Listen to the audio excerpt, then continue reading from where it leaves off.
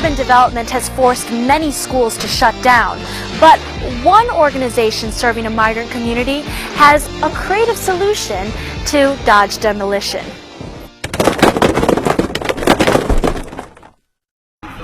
What's easy to stack, easy to break down, and comes in all the colours of a crayon box? The Heiqiao Community Cube Centre is Lego-inspired. The centre serves the local migrant population in Heiqiao, a village northwest of Beijing's 5th Ring Road. Inside of these shipping containers behind me are classrooms designed to provide teaching facilities for the area's local migrant community. Like those people they're intended to serve, these classrooms are mobile and can be redeployed at any time. This revolutionary design comes in response to the harsh reality faced by China's growing migrant community. The centre's launch marks Compassion for Migrant Children's opening of its 6th community centre in China. But it's the non-profit's first movable model. Our first community center was actually demolished with the entire community, and so we had to come up with something that was flexible, that was quality, and that could be moved with the community if the community has to move. Demolition is a constant threat to communities in China, as areas are speedily zoned for redevelopment. This interrupts education for migrant children, as many schools in these newly formed communities are shut down, sometimes with very short notice.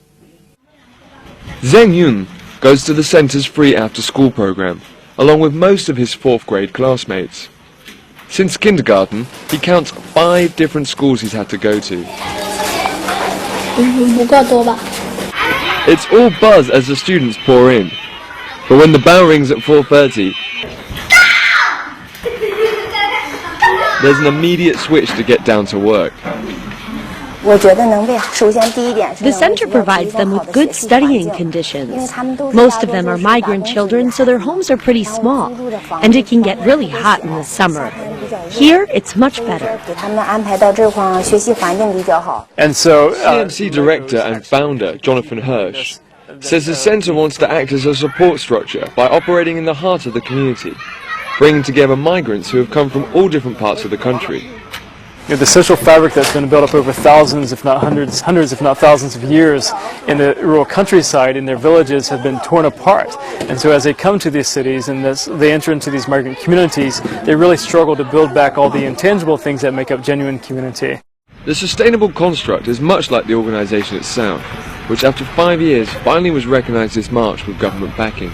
We just signed a partnership with the China Social Welfare and Education Foundation, and what this partnership allows us to do is open nationally across China. And another fundamental benefit with this partnership is we're able to fundraise locally in China now, and we're able to provide tax-deductible receipts and benefits to local companies too, which is a great benefit.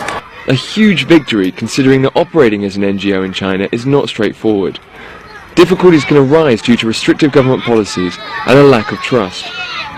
Beyond that, organisations without government sponsorship have to rely on foreign donors. Only 10% of NGOs in China are officially recognised by the government. Possibly one of the difficulties is the country is just so big, and there are just so many levels of management within the country, and making sure we're communicating to all the different levels, that can be a challenge.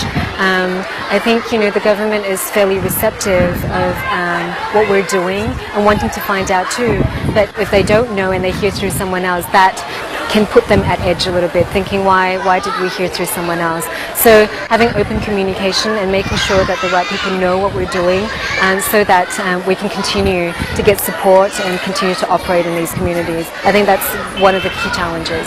CMC estimates that 500 people from the neighbourhood will attend over 3,000 hours a week of social and educational programmes provided by the centre. Programs include family and health workshops and teacher training seminars for migrant school teachers. One thing's for sure, the blocks certainly stand out, and Hirsch hopes they will affect as much change as they do the landscape. We were scared that it was a bit too foreign or a bit too alien to the migrant community. with the different colors and the different designs of the shipping container centers.